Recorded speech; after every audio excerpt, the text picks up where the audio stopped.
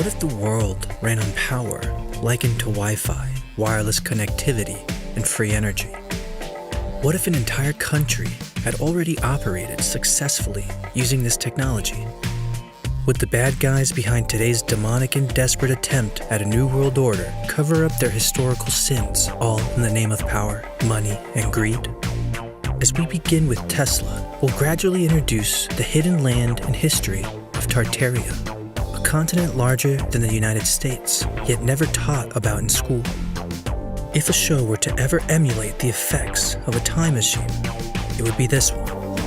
Welcome to Weird History, The Last President.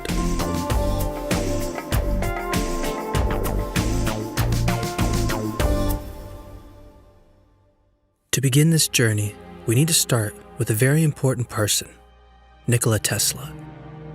Nikola Tesla was a Serbian inventor, most famous for giving us alternating current technologies, something the modern world could not exist without. He's also the inspiration behind the name of Elon Musk's electric car. He invented many other things as well. In fact, 80% of everything we use today can be credited to him in some way. Despite his achievements, I feel as if he never got the recognition he deserved. I often wonder why we're not really taught about him in school. For example, when people hear the word electricity, most think of Thomas Edison. Some say there's a reason for this. You see, Tesla spent a lot of his life competing with Edison, but it's believed Edison achieved fame and glory over Tesla because of his willingness to sell out to the system. Supposedly after banker J.P. Morgan discovered Tesla's intention to give the world free energy, he quit giving him money for his projects and instead invested in Edison.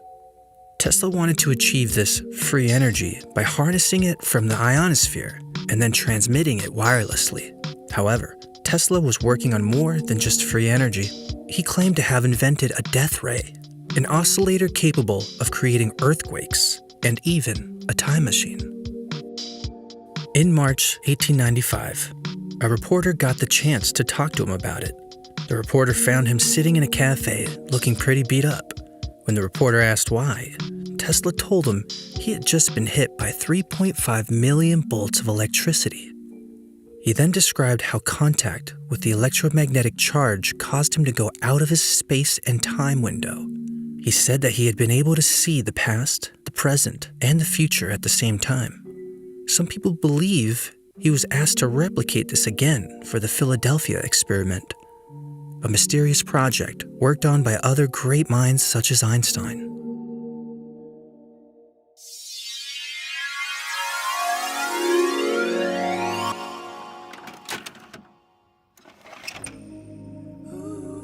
What was the Philadelphia experiment? According to Bilac, in the late 1930s, the Navy was working on a project using electromagnetism to essentially develop an invisibility cloak for its warships. Around that time, Bilac said that Einstein was directing a program of disguising ships by wrapping them in electromagnetic coils to protect against magnetic mines planted by the Nazis. Tesla took this technology and parlayed it into a cloaking experiment, having some initial success with a small boat. After failed attempts with larger ships, Tesla gave up the project and handed it over to a Dr. John von Neumann, who also worked on the Manhattan Project. Von Neumann eventually succeeded in making the USS Eldridge, a Cannon-class destroyer escort, invisible for a short period of time on the first occasion. According to Bilac, one of Tesla's inventions, a zero-time reference generator, lent itself to this success. This device supposedly locks to the Earth's magnetic fields and acts as a cosmological reference with the electromagnetic fields at the center of the galaxy. Bielek said that Tesla gave von Neumann a cryptic warning about a personal problem that might occur in their experiment, but he continued anyway, and the Navy trained a crew specifically for the operation. Then on August 12, 1943, they ran a second test. After being shrouded in a green haze, the ship disappeared for several hours, during which it traveled through time and then rematerialized. Upon its return, sailors were reported to be violently ill, some engulfed in flames, and others were molecularly bonded with the ship.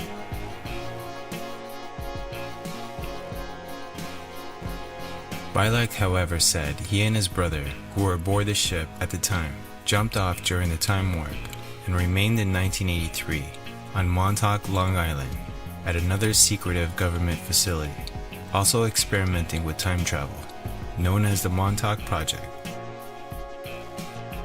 Bielek gives an intriguing explanation for how his time travel was possible, relating to Tesla's zero-time generator. He said that Tesla's device was the key for the ship's return back to its original location.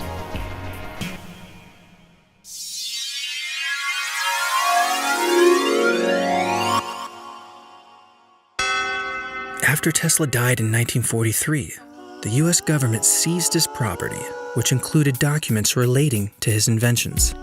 Considering his death happened at the height of World War II, it's reasonable to say they probably didn't want his knowledge falling into the wrong hands. According to files released by the FBI, those documents were handed over to the head of research at MIT to see if they had any ideas of significant value. Supposedly, they did not, and were returned shortly after. However, after the exchange, some mysteriously went missing. Despite your political beliefs, what I find strange about this is the fact that the man trusted with Tesla's papers was Dr. John G. Trump. Yes, that's Donald Trump's uncle.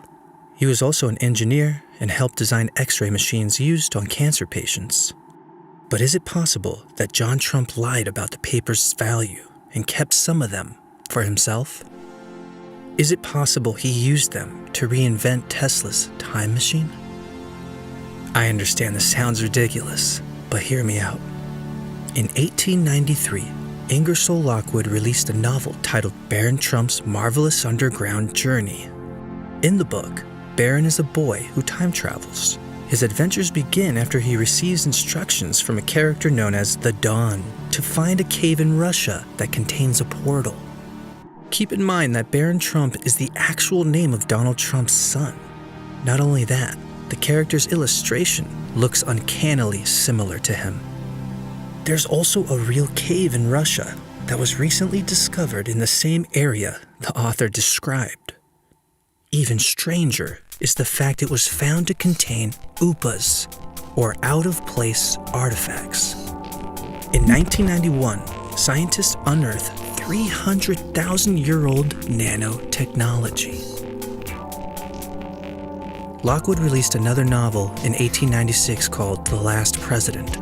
In the book, Trump becomes president. He's not taken seriously, but still ends up winning somehow. He lives in a hotel on Fifth Avenue, where the real Trump Tower is, and there's even a character named Pence. All these coincidences also remind me of Back to the Future. In the movie, after the timeline is altered, a guy named Biff ends up becoming the president. Biff is a rich and powerful real estate mogul. He looks like Trump, and some would say he acts like Trump, and he owns a very tall hotel. Are we living in an alternate universe as a result of Tesla's time travel technology? Honestly, nothing sounds crazy to me anymore, especially when you consider the things the mad genius talked about. Besides inventing death rays and time machines, Tesla also claimed to have made contact with aliens from Mars. In an interview, he said he spoke with the thunder and lightning, and in a letter, he wrote he was in love with a pigeon. Had this man not invented anything, people would have called him a loon. We're told there is a fine line between madness and genius, but I believe that's because madness is genius.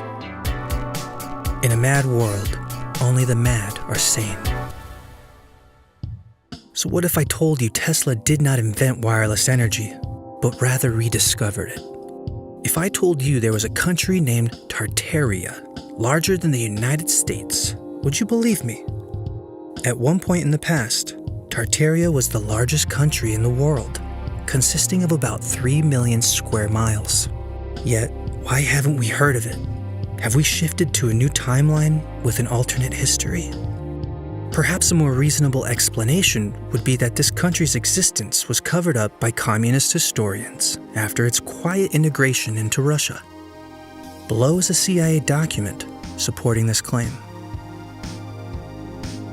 Regardless, I find this all very weird. Even more weird is the fact that the name Tartaria implies something hidden or secret. Also, one of its symbols was an owl, often associated with secrecy, dimensional jumping, magic, and even aliens. Is this just a coincidence? Possibly. However, the mysterious country having been in what is now modern-day Russia seems to correlate with the locations of the subterranean portals. Ironically, Russia is also the location of an underground base in Stranger Things Season 3, which houses a dimensional doorway into a parallel universe. I've seen many people joke about the idea that we may already be living in the Upside Down. Strangely, Tartaria was another name for hell. Whether you believe this is a Mandela effect or merely a rewrite of historical records, there must be a reason this major world power was erased from the mainstream narrative. There's evidence that suggests the story we're told about the Great Wall of China is not really true either. Was it actually built by the people of Tartaria to keep the Chinese out? The doors on the wall are on the opposite side of China. Why would it be built this way?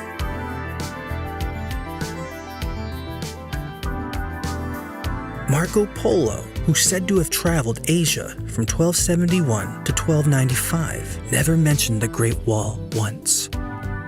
I find this odd considering he was known to have documented his findings extensively. Is everything we know about history wrong? Some old maps even show Tartaria having power over North America. Conspiracy theorists claim Tartaria was once a partially global, highly advanced civilization. They supposedly had free energy, pulling it directly from the atmosphere. So the video you see on the screen right now, it's from the 1950s. People speak about anti-gravity. It's not anti-gravity, it's electromagnetic levitation, and it's the type of technology that they had in the Second World War, and of course way before in the 19th and 18th and 17th centuries. It's what we wrongly understand as Tartaria or Tartary. It's not that, it's beyond that, it's more than that, but for the sake of understanding, the reset of humanity and what happened to the previous civilization that built the Americas and Europe and what we call today Russia and Siberia. So yeah, this is kind of like everything is electromagnetism, everything is like extracting the energy from the ether, which was forbidden at the beginning of the 20th century. It was forbidden specifically by law to be able to use free energy and to extract the energy from the ether. Tartaria power plants were said to harmonize and heal the population through sound waves. However, after a parasitic race known as the Grey Men arrived on our planet, the technology was hijacked. Are Tartaria's energy siphoning machines still around today? Supposedly, after the old power plants were usurped, they were turned into cathedrals, synagogues, and churches, and are now siphoning energy for nefarious purposes. Could bastion forts, also commonly referred to as star forts, be evidence of this? Many modern-day attractions and important government buildings are built right on top of them. Their architecture is very similar to the geometry produced by naturally occurring frequencies. Check out the work of We Are Nam, who goes into explaining this theory in depth.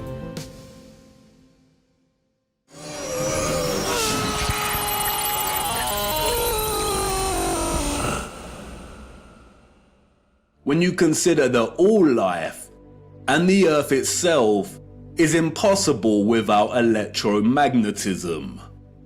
Why wouldn't visionaries want to explore this in more detail? Could it be that they are not allowed to? Could it be that they are afraid of something? Afraid of us connecting one too many dots, perhaps? And again, horseshoe magnets can act as powerful electromagnets. If a civilization was to advance technologically through the use of electromagnetism, then the horseshoe magnet would certainly have a tremendous role to play in that development. Yes, it certainly would. And it certainly did. The horseshoe magnet. The Arc de Triomphe. Yes, one of the most powerful electromagnets ever constructed.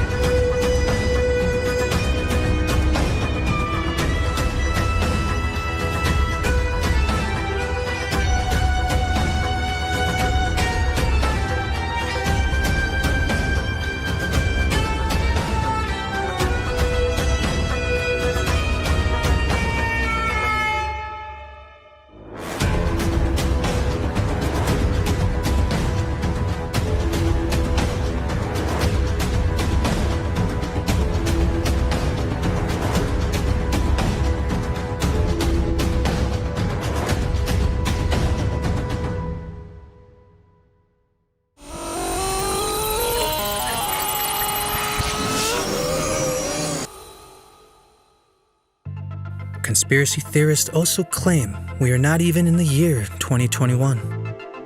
Mind-blowing, right? They say the Middle Ages were completely fabricated in order to hide the Golden Age of Tartaria. Acclaimed Russian mathematician Anatoly Fomenko also thought history was chronologically manipulated. The Golden Age supposedly came to an end after a cataclysmic event known as the Mud Floods. There is evidence to suggest something like this may have happened in our recent past. Many old buildings appear to have their original first story buried beneath the earth. Windows and partial doorways can be found at ground level. Sometimes they are discovered braked over. Was this the real Great Flood? Are we discovering this new history as a result of retro-causality? Is the time loop closing in on itself? Could this be a good thing, meaning we are merging with a golden age timeline? Whatever it means, I'm almost certain that history has simply become a version of his story. And one thing's for sure, the more you know, the more you realize the truth is weirder than fiction.